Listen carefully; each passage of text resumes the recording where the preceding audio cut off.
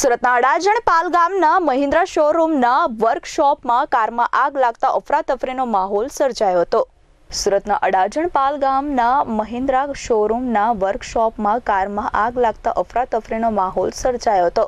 મહિન્દ્રાના વર્કશોપમાં રહેલી કારમાં આગ લાગતા કાર બળીને ખાખ થઈ ગઈ હતી। આગ લાગતા તાત્કાલિક ફાયર વિભાગને જાણ કરવામાં આવી હતી, જેથી ફાયરનો કાફલો ઘટના સ્થળે પહોંચ્યો હતો અને આગ ઉપર પાણીનો મારો ચલાવી આગને કાબૂમાં લીધી હતી। સદનસીબે આગની ઘટનામાં કોઈ જાનહાનિ ન થતા સૌ કોઈએ રાહતનો શ્વાસ લીધો હતો।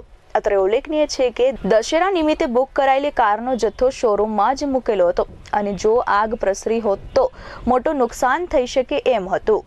Bureau report. મારું નામ SD Dhobi, deputy chief fire officer.